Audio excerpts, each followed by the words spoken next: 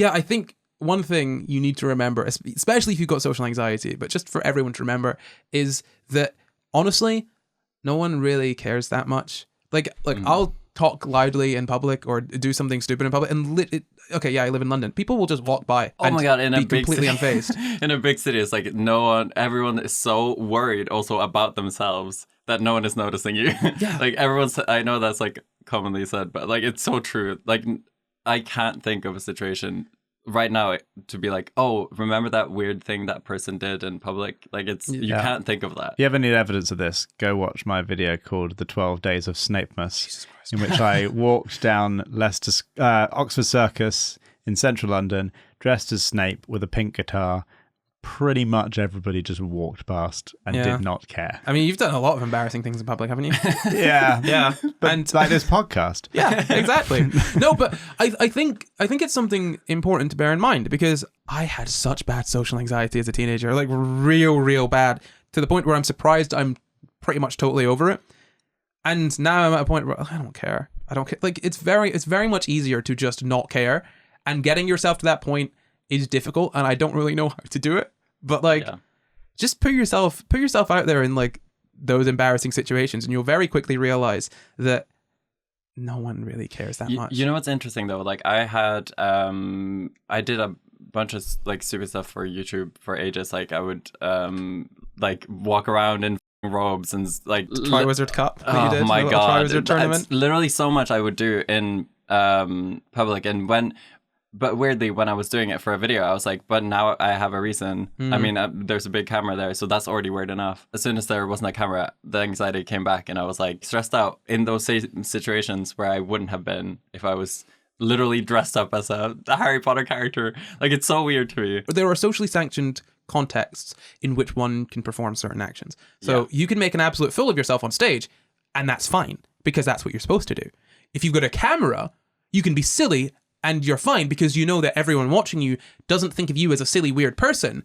Yeah. It's someone who's doing something silly and weird for a camera. Yeah, right. You see what I mean? Like, and I think actually this adds this really interesting sort of, I think, view of social anxiety, wherein if you can separate yourself from sort of the view that people have of you, I think it's a lot easier to do stuff. You know what I mean? Or at least understand that the view that you think other people have of you is in your head. Yeah, your perception of yourself is probably worse than what other people have of you. Oh yeah, absolutely. Yeah. What I mean though is that, so if you've got social anxiety and you perceive that people have a particular view of you, it's much easier to get over that if you're able to draw a line of separation between this view that people have and you as a person. So for example, like you can do things on YouTube and people will have a view of the character of you that you've created for YouTube, or, you know, the version of you that you've created for YouTube. And it does reflect on you, but less so, you know? Yeah. In the same sense that it's probably easier to deal with a mean YouTube comment than it is to deal with a mean comment from someone that knows you. Yeah, so there's like that separation. There's a book about this called The Courage to Be Disliked, which is essentially kind of what you're saying there, which is the idea that actually we think that being disliked or being judged negatively by somebody else is automatically a bad thing. And that might, we're social animals, so that genuinely could have been a bad thing, but then that circuitry is still there. If you were disliked in your tribe, that's quite a big deal potentially, because your tribe might have been 100 people. But now, if you're disliked by people, you can move and it will be okay. Or you can get famous on the internet. Yes. That's a business model these days. Yeah. No, I think it's... The majority of the 2009 YouTube was probably that. Oh my God. Myself included. I think it's interesting that you bring it up, because I was talking to someone the other day and they asked me the question very directly, does it bother you if someone dislikes you? And I really had to think about it, because yes, it does, but then also I do not care what people think of me at all. Mm-hmm. And that seems... How do you square those two things? That's why it took me so long to answer, because I knew I had those two feelings, but I couldn't understand how they were congruent in any way. And I realized, it's all about context. I don't care about what people think about me generally. If I respect you, or I like you, or we're friends or whatever, then I do care about your opinion more. obviously. Yeah. Now, if you were to dislike me, and I was asked, the question that I was sort of asked was, what if someone came up to you and said, I dislike you. Like, I do not like you. You're annoying. I don't want to be around you. And I had to think about that again. And I was like, well, if it was someone that I liked and respected and all of that nonsense, I would be upset. Now, if it was sort of based on something that was untrue, they asked, oh, well, what would you do about it? And I was like, well, if it was based on something that was untrue, I would try to correct that view, because there's a very easy sort of switch to flick, right? So if Luke was like, Corey, I hate you, I don't like you, you irritate me because of this misunderstanding I've got, this misreading of you that I've got, I'd be like, oh, well, here, we can really fix this. No, Luke, actually, I don't eat babies. I that's not what I do. You're mistaken. You're mistaken. I don't eat babies. And then Luke would be like, oh, well, if you don't eat babies, that was my issue with you. There we go. We're good. It also feels like it's almost like there are two separate, I don't know if this will necessarily vibe with exactly what you're experiencing and what you're feeling and talking about, but it's almost like you can have these two separate things where when asked the question, does it bother you if other people don't like you?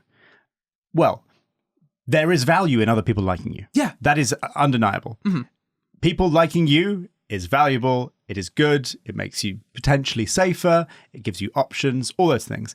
But then separately, if somebody else's brain holds a negative opinion of you, does that change your view of yourself? Not necessarily. That was the next question. I was like, that's the two different things. Is you can see value and you can acknowledge the value of people liking you without allowing other people's opinion of you to change how you view yourself, your opinion of yourself, how you treat yourself, and the fact that you value yourself and you've got your own back kind of thing. Yeah, I mean, I think you've very much added some much needed sort of like groundwork to what I was saying. Like it all makes sense when you add in that, because yeah, I don't care what people think about me, but I obviously see the value in being liked, which is why I will try and change someone's opinion if it's based on a misunderstanding, because there's value in being liked and the effort to put in is minimal to change someone's opinion.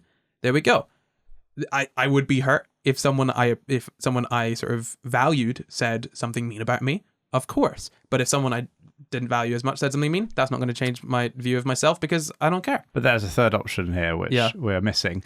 What if somebody doesn't like you and actually they're fully like there's the claim has foundation? Like, what if you have a flaw and somebody doesn't like that about you? Yeah. And that was exactly... We are very similar in the way we think, because I went on to that next in this conversation. The reason I brought that up is because so far, what I just said, which is like, you can see the value of people liking you, but that doesn't mean that your opinion of yourself has to change if someone doesn't like you. It could be like that sort of psychopathic thought behavior. Yeah. Because someone can't be right. The way that I would look at it is that if you dislike me and you say something, I'm like, oh, that's valid.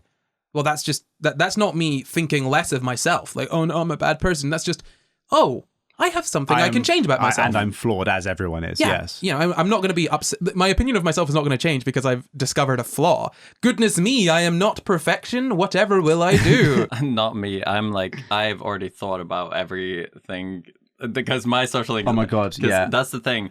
Mine is so internal that I'm already so ahead that things people haven't even thought, I've thought they've thought about me. I realized that I did this quite a few years ago. I realized that I made jokes at my own expense before other people could make the joke about me. Jeez. When I was a teenager. So I suppose that may have been a form of social anxiety, was I really had this pattern in my brain of sort of thinking about myself in the worst possible way that somebody else could think, and then joking about that thing first.